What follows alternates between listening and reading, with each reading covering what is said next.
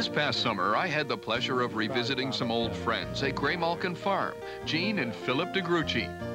If you've ever dreamt of leaving the city for some clean country living, you've come to the right place. For Jean and Phil, their dream was realized in 1985 when they left Toronto and purchased this 20-acre property complete with an 1870s barn and farmhouse. This barn is an old barn. It was built somewhere in the 1870s. You can see from all the axe marks on the pillars. And it always gives you a comfortable feeling to walk into this barn. It's had a lot of history to it, and a lot of hay, and a lot of animals, and a lot of people. Luckily, the land adjacent to the barn was an ideal location for herb gardening, and the fields to the east and south for growing their rows of herbs and everlastings. After 11 years of experience with the land, Jean and Phil have become respected experts in the area of herb gardening. It's called niche farming as a matter of interest. We do a very specialized type of farming and very specialized methods. Most of it very labor intensive, which in a big farm operation would be discouraged because it simply costs too much. But when Jean and I basically run it, we can absorb the cost in sore muscles and all the other stuff that goes with it. Theirs is a year-round business that involves growing herbs and flowers and then drying and preserving them. Well, this is the area where we dry the flowers and we hang them in on wires in the barn. And in so doing, once they have dried, which usually takes about 3 weeks, we then take them and store them in our storage area. The de Gruchys also operate a store right next to the barn that keeps them busy throughout the long winter. All of these things don't appear during the summer months by magic. We work throughout the winter. The pomanders that you see here, I sit in winter evenings making with oranges and cloves and put them along little strings along our railing, and put them in paper bags, and the cat thinks it's wonderful. He bats these bags around. And a lot of the other things as well are done through the winter. The dream pillows and the bath bags. I make the little sacks for the bath bags through the winter. So we never really stop. There's always something buzzing around in your head that you're going to do for the shop in the spring. And like the sweet-smelling potpourri that Jean so creatively puts together, life on Graymalkin Farm is altogether sweet for the de Gruchys. I certainly wouldn't choose any other life. This is the kind of life that I like. Being out in the open, and you know, they say nearer to God and so on and so forth, but whatever it is, it feels right. Well, Jean, now we know a little bit about you. What I'd really like to do is tour your garden. This is such a very special place. Oh, thank you. Congratulations. It really is special. And I'd like to take a tour, but before we go through your famous garden gate, what is this plant? It's so prolific. It's Clematis virginiana, Virgin's Bower, and it's a really lovely clematis. Has a really interesting seed head as well. It's one of the few plants in your garden you can't eat or dry. Well, I have tried drying the seed head, and it does dry quite well. Yeah, so. Leave it up to Jean to figure out how to dry the flower. We'll talk more about that another time, but I really want to come on down here for a moment and let's talk about basil that's not just, I gather, good to eat, but ornamental as well. Some of the dark purple basils are really beautiful, and you can see the opalescence in this leaf. It's just really gorgeous. It really is. This one is Reuben, which they've developed to take the place of dark opal, which you'll see as we walk along the pathway over here. Okay. Dark opal's been germinating with a lot of green in it, and you find that with a lot of the basils.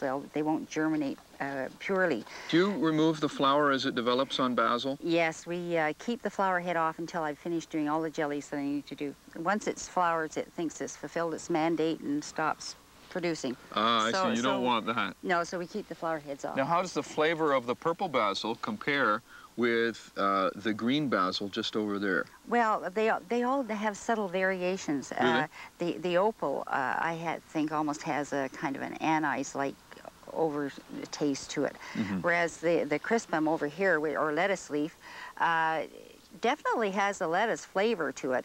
In one leaf, you can make a whole batch of pesto practically with some of the plants. With one leaf, a whole batch of pesto? That's a lot of batches. Some of them are just huge. You could feed an army with this little planting right here.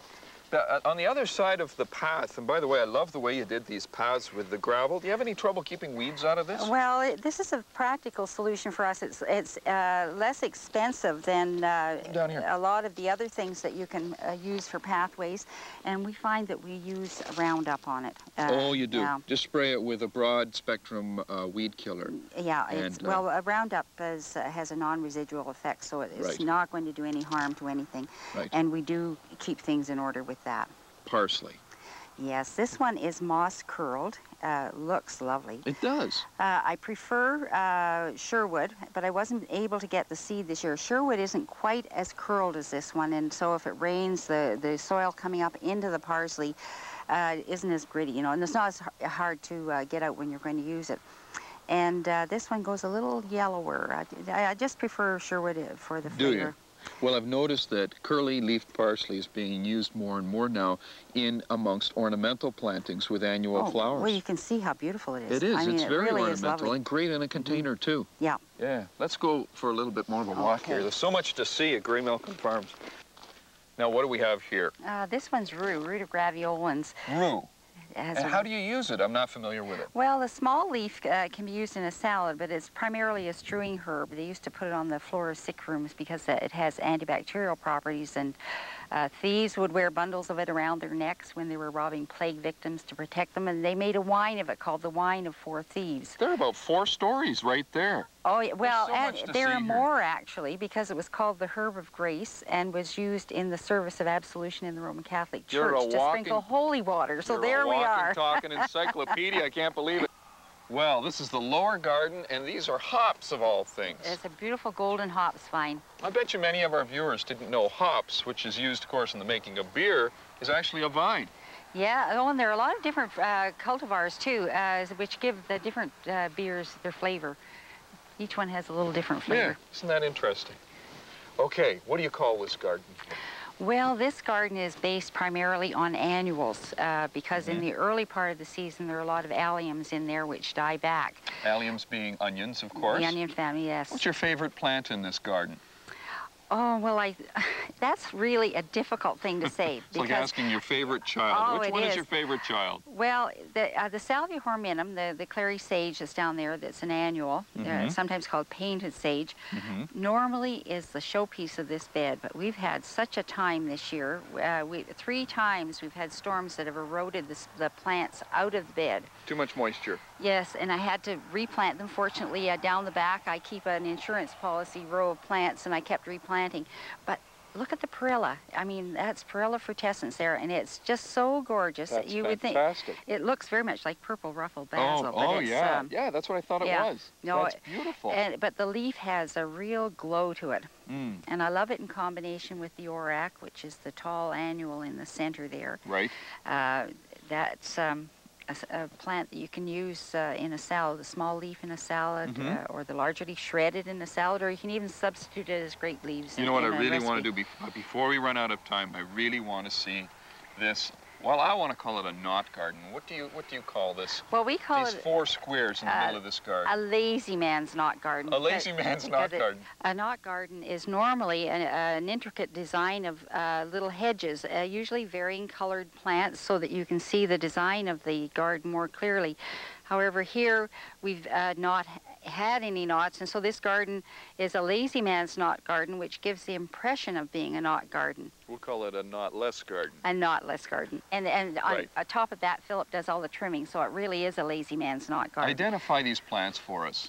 The 2 hedges on the left are hyssop, and it makes a wonderful hedge. I would say it rivals boxwood, and the price is much better. I love it. Jean, thanks so much. It's been a great pleasure having a tour of your garden. I've really enjoyed it once again. I've enjoyed it thoroughly too, Mark. You know, there are days I'm sure I'll wish that this was right in my own backyard.